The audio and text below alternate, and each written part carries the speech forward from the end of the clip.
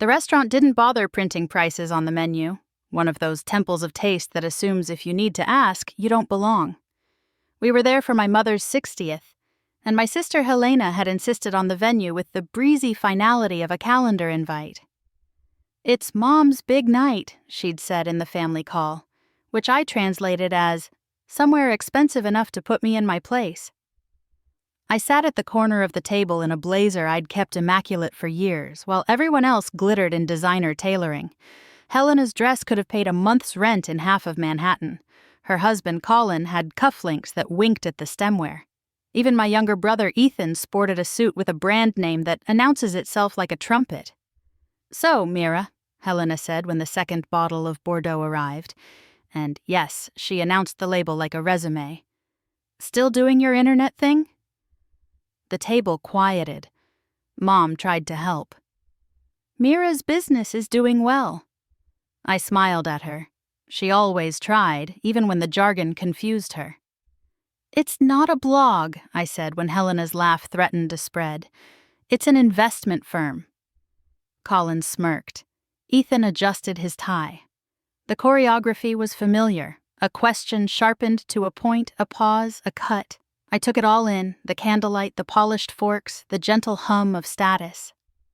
"Look," Helena said, patting my hand as if awarding a participation ribbon. "If you need stability, we could get you into operations at my company, something entry-level to get your feet under you."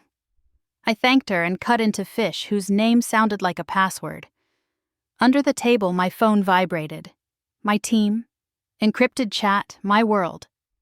I typed 3 words and a number that would move like weather, immediate liquidation, entire position. Then I set the phone face down and watched candlelight ripple across Helena's glass.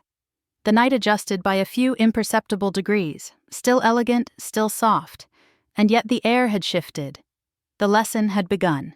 By morning the city's sheen had dulled to a practical gray, and I stood in our tiny office with the blinds half open, staring at the board where we tracked ruins and miracles with dry erase pens.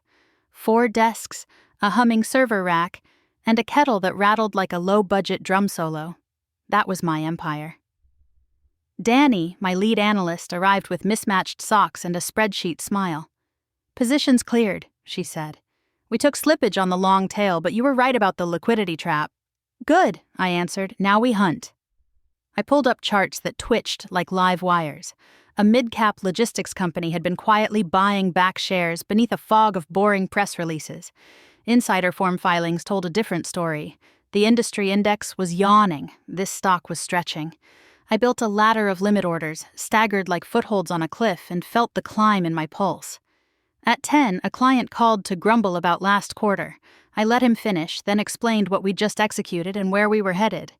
My voice settled into a measured warmth I'd learned works better than righteous defense. He exhaled. "All right, Mira, surprise me." By noon, news broke that a rival fund was choking on a leverage bet. Spreads widened, panic fogged the screens. Our ladder filled, step by step, clean as a metronome. Danny whooped, then apologized to the kettle. I walked to the window.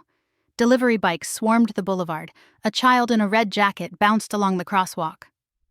Chaos has a symmetry if you watch long enough.